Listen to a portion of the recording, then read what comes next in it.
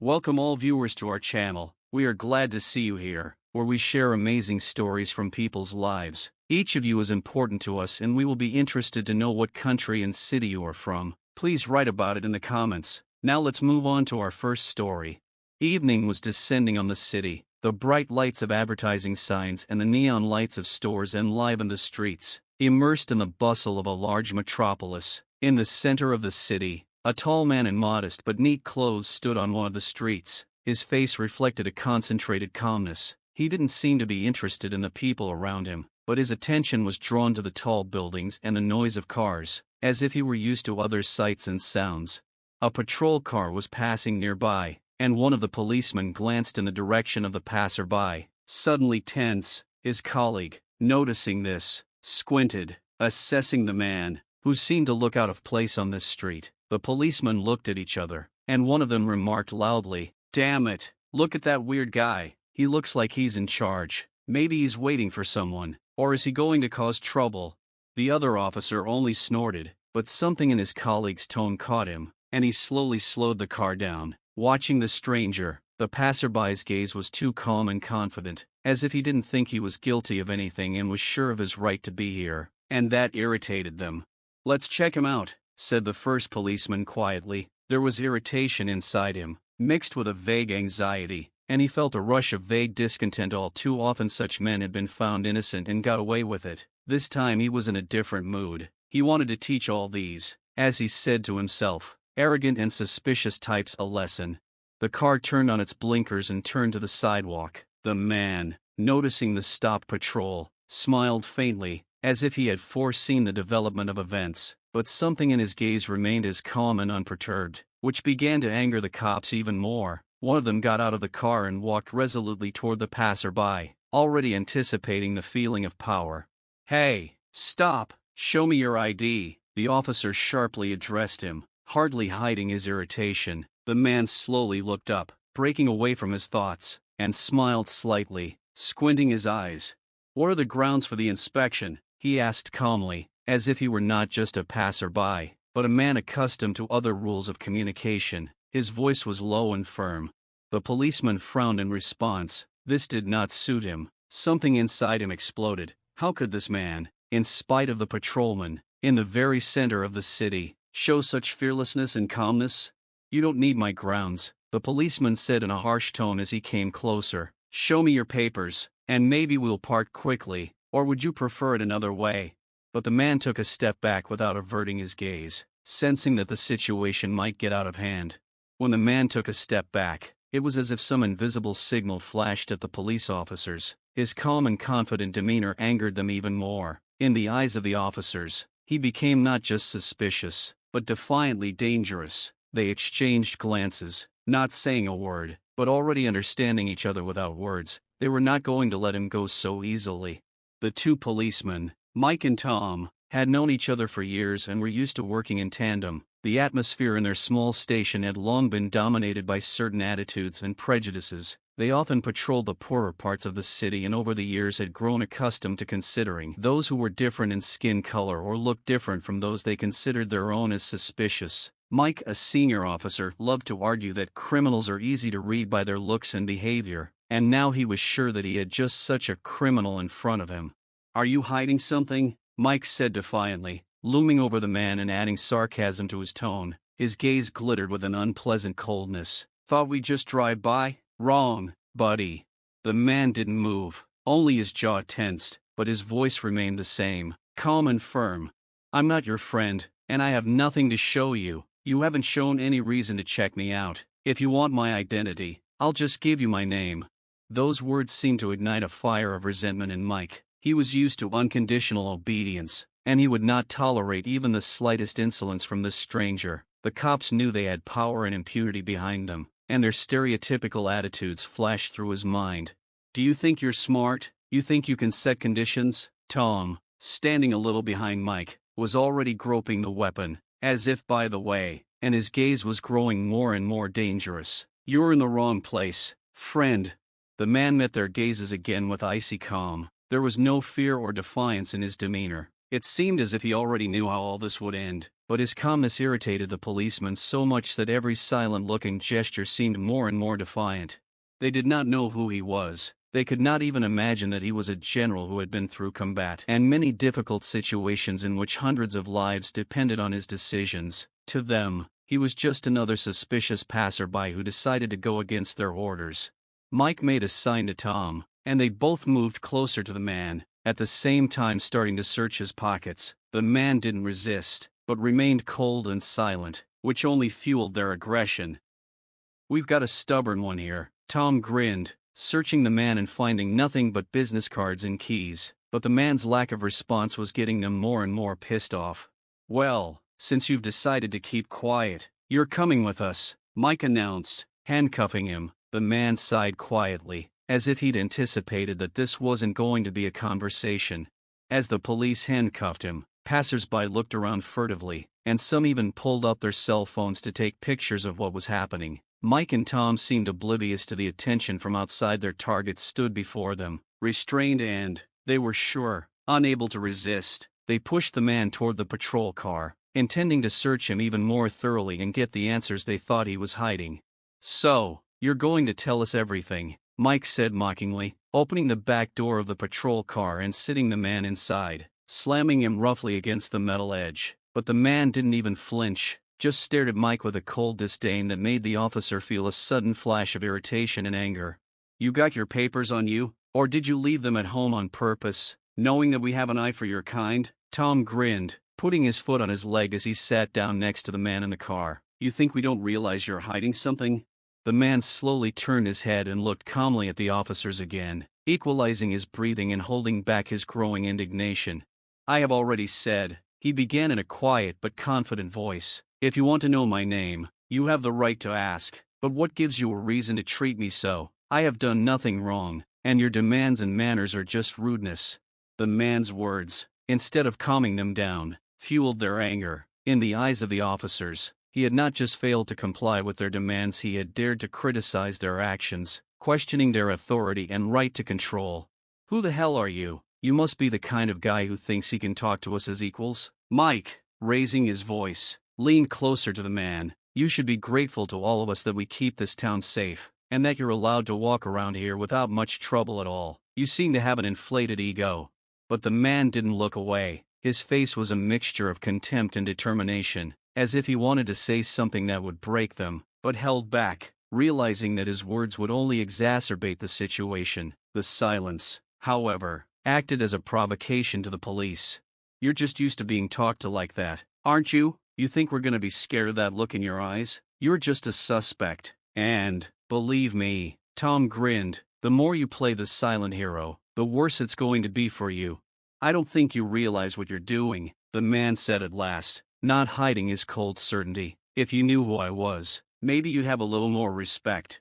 For a moment Mike and Tom glanced over, and something like confusion flashed in their eyes, but then they quickly returned their smug masks.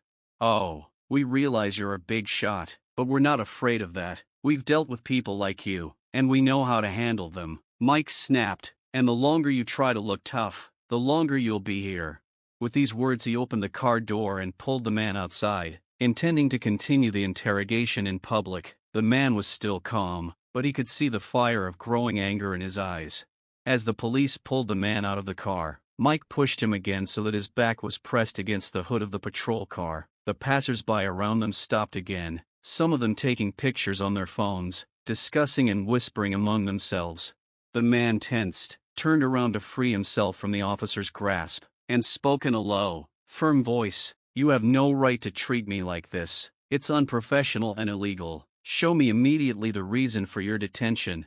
Mike and Tom froze when they heard him say those words. His tone was commanding and stern, and there was something in it that would have made many people think, but the policemen saw it only as a challenge. They felt that control of the situation was slipping out of their hands, that this man did not fit their usual patterns, did not obey as detainees usually did. He was overconfident, and that made them angry. "Do you really want to know what grounds we have?" Mike leaned closer and gritted his teeth. His face was twisted with anger, and he spoke so that only the man could hear him. "The grounds are that you took a bad look at us, started fucking around, and that's more than enough for us.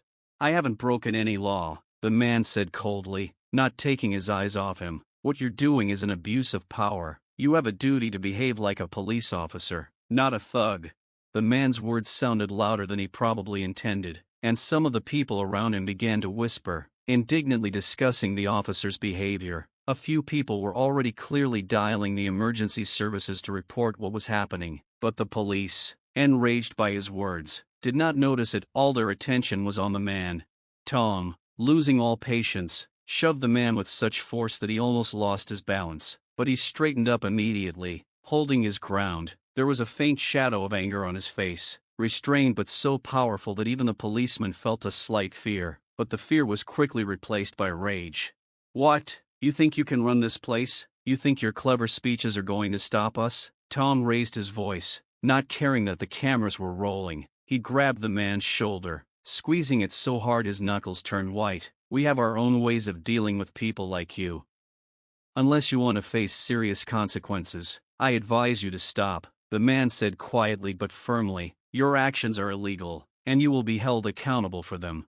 Oh, that's how it is. Ha, you're going to teach us how to work? Mike grinned with such malice that his face contorted. Let's see who's in charge here. You're acting like a little rebel, and I'm going to have to explain to you how real men behave.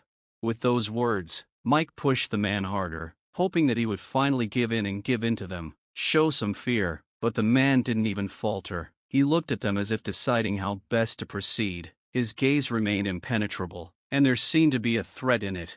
This unshakable certainty was like a knife in their backs. They did not understand why this man was not afraid of them, and it irritated them to the extreme. They were ready to do anything to make him obey. Mike snatched the baton, contempt written all over his face, and he whispered through clenched teeth, "Now we're going to explain to you what it means to disrespect the police."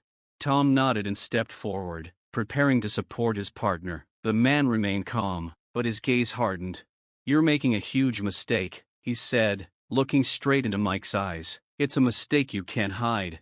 Without waiting for a response, Mike struck the man hard on the shoulder with his baton, causing him to sway for a moment. The crowd around him shuddered. Some shouted, others began to demand the police to stop, but the officers remained indifferent to what was happening. They felt that their power was unlimited, and this man's insubordination was an insult they could not tolerate.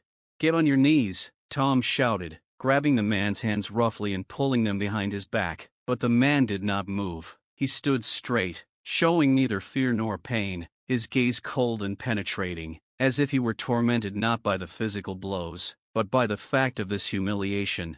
"I am an Army General," he said clearly, each word making the police officers freeze in surprise. "My identity is confirmed by documents that you didn't even try to check." His words hung in the air, and the crowd around him began to whisper louder and louder. The cops stalled for a moment, glancing at him, but only for a second. They didn't believe him and thought it was just another trick. "You can call yourself president," Mike snorted, delivering another blow with his baton, "but as long as you're on this street, you obey our rules, and if you resist the officers, you won't see the street again until morning."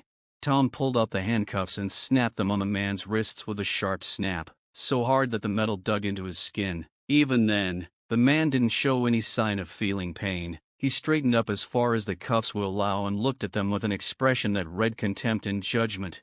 "I repeat," he said firmly, not looking at the crowd around him, only at the two policemen, "you are making a grave mistake. Your actions are illegal, and you will be held accountable for them. I demand that you give me an opportunity to explain myself and show me my documents." "Are you demanding?" Tom snorted, his face contorted with anger and contempt. "You make demands when you're asked. Understand? You're nothing here, just another insolent bastard who's decided to show us his character. Go on, go on. Let's see how much courage you have when we get to the station." The man tried to speak again, but Mike yanked him sharply by the shoulder, forcing him to shut up. The officers roughly led him to the patrol car, pushing and holding him by the handcuffs as if he were a dangerous criminal. The man walked without resisting, but there was something dark and angry in his eyes, and the officers instinctively sensed that his silence now threatened them far more than if he had shouted or insulted them. The crowd was watching, whispering excitedly, some calling the police or control services, reporting lawlessness, but that didn't stop Mike and Tom. In their minds, they were establishing order and subduing yet another brazen intruder. When the man was seated in the back seat of the patrol car, he took a deep breath and said again, completely calmly but firmly, "You can call it whatever you want, but what you're doing is a crime. I want to be allowed to contact my lawyer." Mike turned to him with a smirk, thrusting himself up to be face to face. "Listen to me, General," he said with a sneer. "No one can help you here. Not a lawyer, not a rank. You're with us until we decide what to do with you, so you can put the whole town on its ear and no one will hear you." The man did not answer, only turned away, as if he refused to take their words seriously. His silence infuriated them, as if they were facing not a man but a silent wall that their rudeness and threat could not break down. They drove off, taking him to the station. When they arrived at the station, Mike and Tom quickly took the man out of the car and, still pushing him roughly, led him into the building. The policemen at the entrance looked at their prisoner in surprise, but seeing the fierce expression on Mike and Tom's faces, they asked no questions. The man walked straight ahead, not stumbling, his head held high, and his dignity and calmness irritated the officers even more. They took him into the interrogation room, sat him in a hard metal chair, and only then did one of the officers on duty, Jacobs, approach them with the usual procedural request. "We have to have a basis for detention here," he said, glancing at the detainee. "You might want to uncuff him and show some identification. Who is he, anyway?" Mike and Tom looked at each other, as if oblivious to that detail, and reluctantly loosened the handcuffs on the man's wrists. Mike squinted angrily and hissed, "Come on, tell me who you really are," he said, unable to hide his irritation. "You kept saying you had something to show for it." The man calmly pulled his leather wallet out of his pocket, which the police had apparently not noticed or dared to search all the way through. He opened it slowly, pulled out his ID, and placed it on the table in front of Mike, pulling it forward a little. Mike smiled sarcastically and took the ID card, not bothering to look at it closely at first, but as soon as his gaze fell on the crest and rank, his face changed dramatically. He turned pale, unable to believe what he was seeing. On the certificate was clearly written, "Major General Alexei Sergeyevich Vlasov." In small letters beneath the photo was information confirming his high position and long service. Mike froze as if petrified, feeling his confidence instantly crumble. He turned slowly to Tom, who had already noticed the change in his face. Are you an Army general?" Mike barely got it out of him, his voice a croak. "Exactly," General Vlasov replied coldly, looking at him as if he had already passed judgment on him. "This is the second time I've introduced myself to you, but you chose to ignore my words and resort to humiliating treatment like a criminal." Tom snatched the ID card out of Mike's hands and almost dropped it in shock as he looked at it. His face flushed red and his hands trembled. All his self-righteousness, all the cruelty with which he had treated the man, now seemed to him outright insanity. "General, this is some kind of misunderstanding," Tom mumbled, stammering, not knowing how to get out of this situation. We were just following protocol." "Protocol?" The general grinned, but there was so much rage in his eyes that Tom instinctively took a step back. "The protocols of your service are violence, threats, and contempt, rude and a violation of my rights. You allowed yourself to treat me with incredible cruelty just because you found me suspicious in your prejudiced opinion." Mike, realizing the situation was taking a threatening turn, tried desperately to soften his tone. "General Vlasov, we didn't know who you were. We were just doing our job." He excused himself, feeling his confidence slipping away. It was an accident." General Vlasov rose from his chair without taking his eyes off them, tucking his ID card into his pocket. He looked at them with icy contempt. His face was stern and unyielding, and there was a tension in the air so strong that the other officers froze in the doorway, hesitant to interfere. "An accident?" he said, looking at each of them individually. "Your actions are not an accident. They are the result of your cowardice and hatred. You thought you could do as you pleased to someone you thought was powerless and defenseless." The man paused, enduring the dead silence in the room. With every word he said, the police officers were losing more and more self-control, realizing that the consequences of their actions could come upon them with incredible force. General Vlasov left the station with such unshakable determination that even his stern appearance seemed to leave an imprint on the walls of the interrogation room. A few minutes after his departure, the officers in the station were already discussing what had happened. Whispering apprehensively, they realized that a real threat was hanging over them. Time seemed to slow down, and tension gripped everyone who knew about the incident.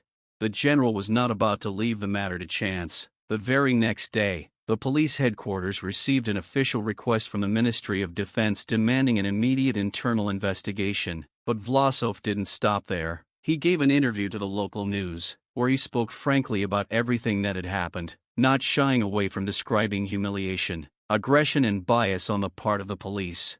The news quickly hit the front pages of newspapers and news portals. Army General assaulted and illegally detained by police was the headline in every major publication. Television channels and online news platforms ran special reports discussing the details of the incident and showing footage captured by eyewitnesses on their phones. People who saw police officers roughing up the man recorded video messages and posted them on social media, adding new details to this growing story. The scandal grew rapidly like wildfire. The public was outraged, and thousands of people began to speak out about police brutality and systemic bias. Social media was flooded with hashtags like #JusticeForGeneral and #NoPoliceDisorder. Following this, the prosecutor's office became involved in the investigation and began proceedings to bring the perpetrators to justice. Meanwhile, the police station where Mike and Tom worked became the center of attention. Journalists, activists, and ordinary citizens gathered in front of the station, demanding explanations. The police leadership felt besieged. They had to justify themselves and answer uncomfortable questions about the performance standards of their subordinates. Attempts to evade responsibility only made them worse, and after 2 days they were forced to suspend Mike and Tom from duty to relieve some of the pressure. Mike, sitting at home in anxious anticipation, felt his life falling apart. He turned on the TV and was horrified to see his name in the headlines. While the screen talked about how he and his partner had brutally apprehended a general, he started getting calls from friends and family who were shocked and bewildered. He tried to explain to them that it wasn't like that he was just doing his job, but even those closest to him couldn't hide their disappointment. Meanwhile, General Vlasov assembled a group of lawyers and civil rights specialists with whom he began to prepare a powerful appeal. His goal was clear: to push for police reform so that such incidents could never happen again. In his press statement, he said, "This was not the first case and, unfortunately, not the last, when people who defend our laws, instead of protecting the rights of citizens, are engaged in violating them. We cannot allow such cases to go unpunished. I demand full accountability for everyone who allowed themselves to violate their oath of office and the principles of justice." His every word was met with a storm of applause. He became a symbol of the struggle against police brutality, and even those who had no interest in politics followed his case with intensity. A week later, a press briefing was scheduled, at which the police leadership, backed against the wall, promised a transparent and thorough investigation. But that was not enough for the public. People demanded not just disciplinary action, but an overhaul of the entire system that allowed officers like Mike and Tom to use their power for personal gain. The whole country watched with bated breath as the situation unfolded. Shocking details about the detention of General Vlasov have traveled across the country. The story of a high-ranking officer being subjected to a racist attack by police officers sparked a wave of outrage and caused many to reflect on the deep-rooted problems of bias in law enforcement. News programs and social media made headlines, drawing attention to an issue that has often been glossed over.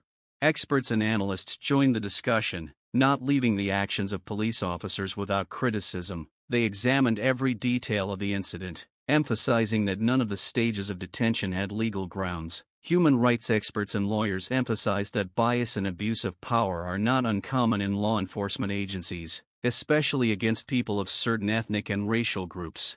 The problem became so acute that the central TV channels organized several major TV debates, inviting both supporters of reforms and those who defended the police. On one side were human rights activists and activists who argued that such cases were just the tip of the iceberg. They argued that bias has become the norm in a police culture dominated by an atmosphere of distrust and often contempt for people of other races. On the other hand, police representatives and conservative organizations tried to justify the officers' actions by citing difficult working conditions, but these excuses sounded less and less convincing amid the scale of the scandal. Particular attention was drawn to the interviews of several former colleagues of Mike and Tom, who, on condition of anonymity, told journalists that their partners had repeatedly found themselves at the center of scandals for their aggressive and rude treatment of suspects. They recalled how they showed blatant disrespect for people of other races, often justifying their actions with stereotypes and their own preconceived notions of typical criminals. One colleague remarked, "It was clear from the very beginning that they did not share the core values and principles of policing. They treated people as inferior. They did not care who they detained. Everyone was an enemy to them." These admissions were another blow to the police department. Public attention was fueled by new facts and witnesses who increasingly spoke of the need to rethink the way police officers were selected and trained. Soon the prosecutor's office decided to deepen the investigation by requesting archives with previous complaints against Mike and Tom, and invited anyone who had information about other instances of their rough treatment of detainees. Public pressure mounted and soon people took to the streets. Rallies against police violence and racism swept the city. Demonstrators held placards calling for reform, demanding transparency and justice, and demanding that police officers be held truly accountable for their actions. Crowds gathered outside the police station where Mike and Tom served, chanting slogans and demanding punishment for those responsible. Under public and media pressure, the police department was forced to recognize that systemic problems do exist within its ranks. The chief of police issued an official statement recognizing that bias and racism within the department remained a serious problem and pledged to take steps to improve the internal culture and review the training of new officers. Against the backdrop of these events, Mike and Tom became national pariahs. Their names became synonymous with disgrace, and friends and colleagues began to avoid them for fear of ruining their reputations. Mike received several threatening letters in which unknown people warned him that society's patience had run out and that he and his partner would now have to answer for everything. Realizing that he was trapped in a trap he had created himself, Mike felt despair, but there was no way to change anything. Meanwhile, General Vlasov continued to appear in the media, raising more and more questions about incompetence and bias in the police with each interview. He argued that his incident was just the tip of the iceberg, and that many citizens who lacked power and authority suffered daily brutality and injustice that they kept silent about. He was supported by civil society organizations that pushed the authorities to take stronger action. The scandal gained momentum, affecting a wider and wider section of society and causing many to realize that the problems of racism and bias in the police force had become so systemic that simply firing Mike and Tom was no longer enough. Against the background of the growing scandal and unceasing protests, the police department decided to take a desperate step. An official statement apologizing to General Vlasov was published. The police chief personally appeared in front of the cameras. His face seemed haggard and preoccupied, but his attempts to demonstrate sincerity looked clumsy. In a pre-prepared statement, he expressed his deepest regrets about what had happened and promised that there would be a thorough internal investigation into the actions of officers Mike and Tom. "We apologize to General Vlasov and assure the public that such incidents will be investigated with the utmost rigor," the police chief said, choosing his words with care, as if he feared that any wrong word might aggravate the situation further. "We are fully aware of the importance of citizens' trust in the police and are committed to taking all measures to prevent such incidents in the future." However, the public treated the apology with obvious skepticism. A barrage of criticism began on social media, with people calling the statement empty words, cheap excuses, and an attempt to hush things up. Many noted that this was not the first time that the police promised reforms but failed to take real steps. People were tired of empty words. They demanded actions that would really change the situation. Activists and human rights organizations made a number of demands. They insisted on the dismissal not only of Mike and Tom, but also on the prosecution of their direct supervisors who turned a blind eye to their violations. Moreover, an independent investigation with the participation of public organizations and media representatives was proposed to guarantee the transparency of the process. People understood that the department was in no hurry to put the initiative in the hands of outside observers, fearing that it would reveal more inconvenient facts and systemic problems. Meanwhile, more and more details continued to surface in the press. It became known that Mike and Tom had already received several complaints for aggressive behavior and bias, but none of them had been taken seriously. Reports surfaced that management had repeatedly covered up their misbehavior, preferring to pretend the problem didn't exist. This only increased public anger, with people demanding answers to the question, how could these two men have been able to violate the rights of citizens for so many years with impunity? The authorities were forced to respond. The governor of the state, under pressure from protesters, issued a statement promising that the police system must be reformed from within and assured that an independent investigation would be approved if necessary. His statement was met with mixed reactions. Some people saw it as a real step toward justice, but many remain convinced that the words were just another attempt to cover up the scandal. At this time, General Vlasov was not silent either. He gave several interviews in which he criticized not only Mike and Tom's actions, but also the entire police department, calling it a haven for abuse and bias. He was adamant that simply apologizing was not enough.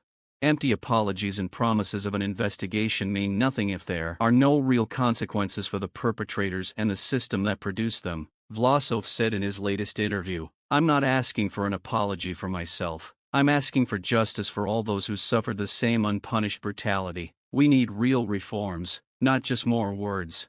His words spread across social networks and news portals, further fueling the protest mood. Public support for the general grew, and he became something of a symbol of the struggle against police violence and injustice. People recorded video messages in his support, created social media groups and collected signatures on petitions demanding fundamental changes in the police.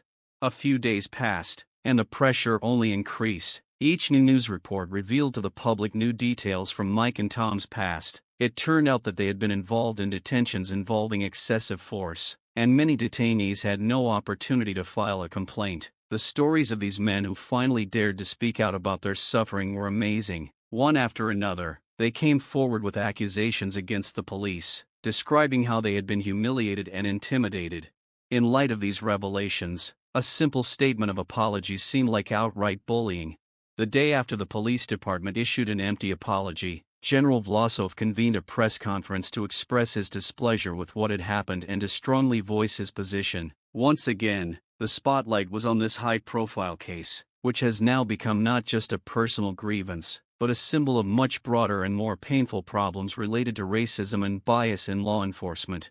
The general stood before the journalists with a stony expression. He knew that his words could affect many lives, so he chose each word carefully. First of all, he stated that apologies to the police, even if they were sincere, could not be accepted unless real action followed. Vlasov was not going to settle for standard statements and promises to fix the situation. He knew that the problems were much deeper, and needed to start at the very root, with the education and selection of personnel for the police. Apologies without action are a waste of time, he began. I don't need words, I need real accountability. As a citizen and as a military man, I cannot accept that the police officers we hire to protect our rights and the rule of law can be so indifferent. Their behavior is the result of something bigger, something that cannot continue in this system. We must not only punish those who committed this crime, but we must also take steps to ensure that similar incidents do not occur in the future. His words cut the air, and the journalists instantly began to ask questions, but the general was in no hurry to answer them all. He first focused on his own experience, telling how he had served the country for many years, how he had faced difficulties in the army, but always found respect for himself as a person and a professional, and how stunned he was when he encountered aggression and racism in the most vulnerable yet powerful institution, the police. I served in the army, and honesty, discipline and respect were always the most important things there. At the front, you don't ask what color a person's skin is, you see him as a soldier, a brother in arms, and suddenly, when I found myself on the street, I was confronted with the fact that those who are supposed to protect are doing the opposite. This aggression, this darkness of prejudice that I experienced firsthand is not an accident. It is the result of an unhealthy, racist culture that exists within the police ranks. The general emphasized that the system requires change, not cosmetic reforms. He called for the establishment of independent commissions to evaluate police performance, ensuring that all complaints against officers would be investigated without bias. He also insisted that police training standards should be reviewed, especially in relation to their interaction with people of different races and ethnic groups. We talk about honesty, about the protection of citizens' rights, but when there are implicit and explicit stereotypes in police stations, when the personnel who are supposed to protect law and order turn out to be the most violent aggressors, we must realize that we cannot continue to live in illusions. He continued, drawing attention to the fact that racism in the police is not an isolated problem, but a systemic disease. We need to change the very foundation of police culture, to create an atmosphere where no form of violence, bias or injustice will be tolerated. These words, full of determination and strength, resonated in the hearts of many. General Vlasov became an increasingly popular figure, not only in military circles, but also in political, social and human rights spheres. He received support from opinion leaders as well as from individual politicians who began to speak out in favor of early reform of the law enforcement agencies. One senator, seeing the power of the general's speech, suggested that a bill be drafted at the legislative level that would provide more stringent selection and training requirements for police officers. However, not everyone received his statements with enthusiasm. Military and right-wing politicians began accusing him of undermining the authority of the police and casting a shadow over all law enforcement officers. Some media, traditionally more inclined to support law and order, tried to twist the general's words, claiming that he was demonizing the police and putting pressure on the authorities. They argued that he was using the case for personal gain and political ambitions, exaggerating the scale of the problem. Meanwhile, a real battle of opinions broke out online. Some supported the general, while others accused him of populism and inciting discord. The debate went on for days, and the number of protests and rallies only increased. The general nevertheless continued his campaign for reform. Human rights activists, lawyers, activists and even some police officers gathered in his camp, ready to work for change from within the system. For Vlasov, the struggle did not end once he was in the spotlight. He knew that the process of change would be long and difficult, but he was willing to go all the way. He realized that the consequences of his actions would be far from immediate, but he also knew that if he did not start reforms now, the situation would only worsen.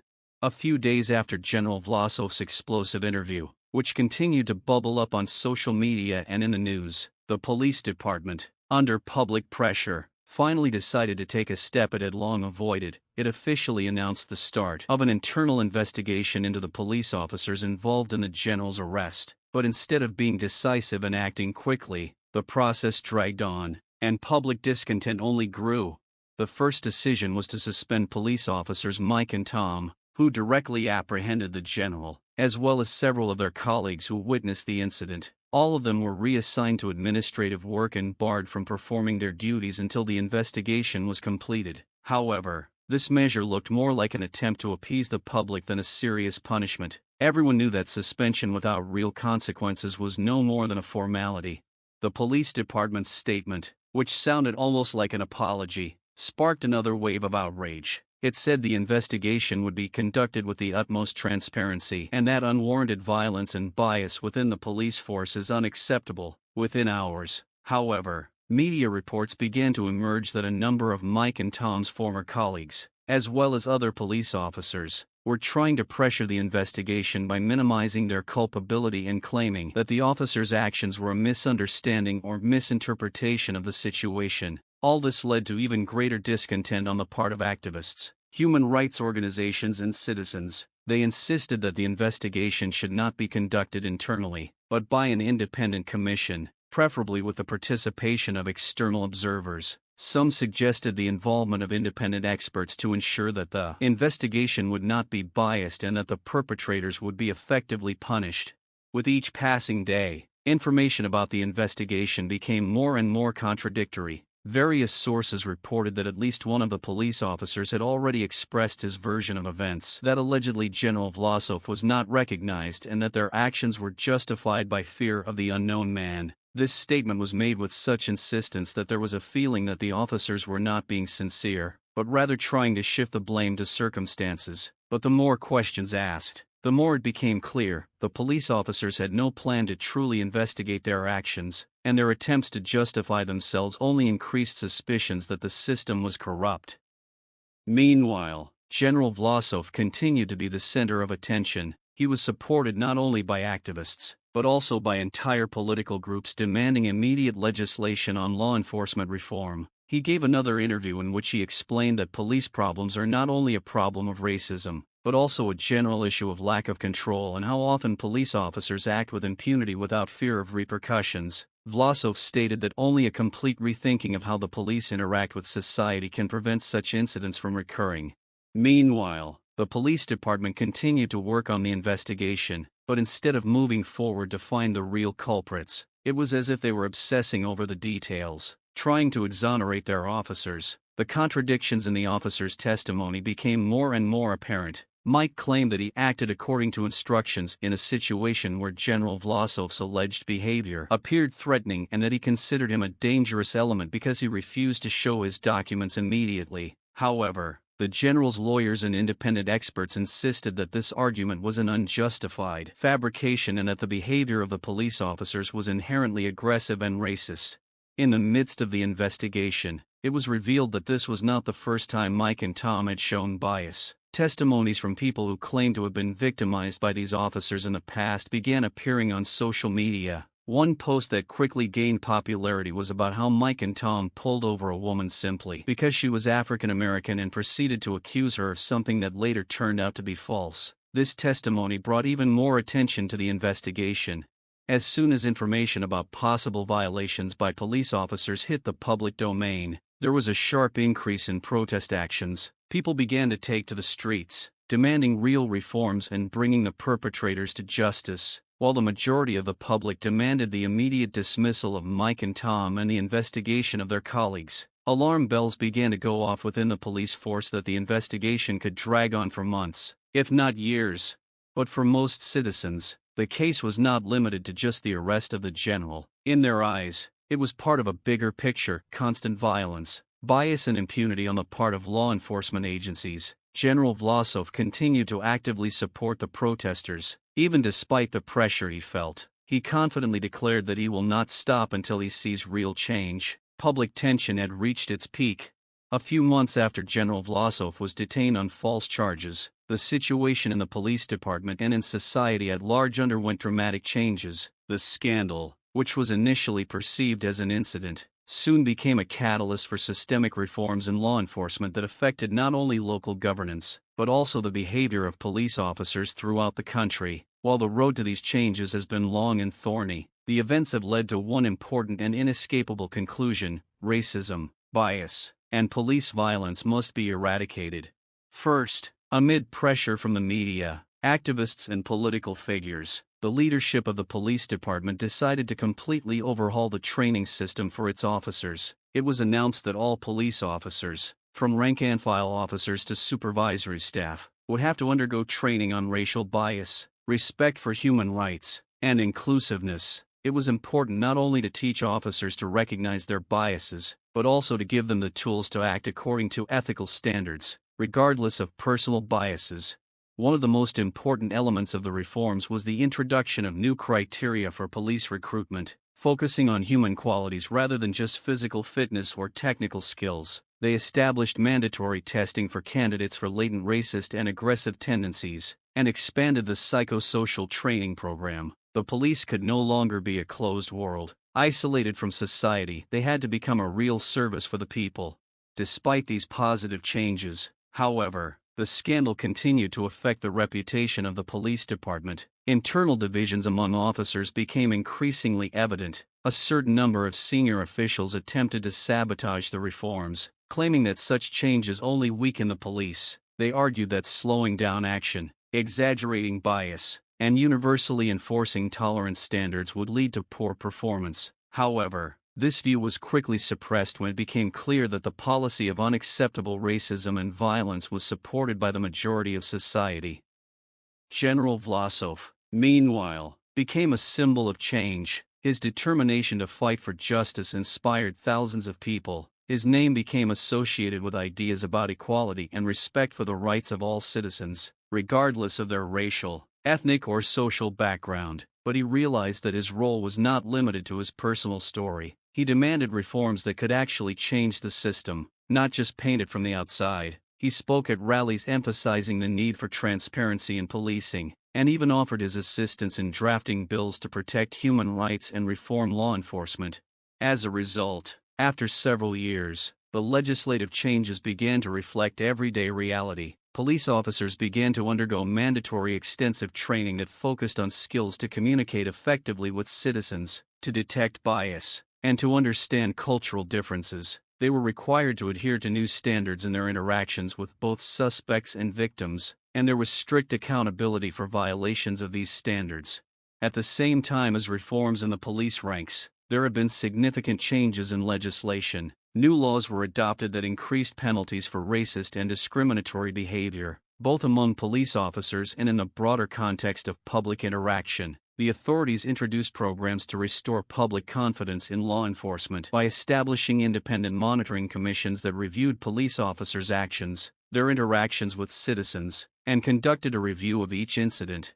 However, despite all these efforts, the very scandal of General Vlasov's arrest continued to be a sensitive topic in society. Many felt that police reform was only the first step. Despite the positive changes, the problems with racism and the human rights system remained relevant and required further work. Nevertheless, this incident was a turning point from which it was impossible to return to the previous state of affairs.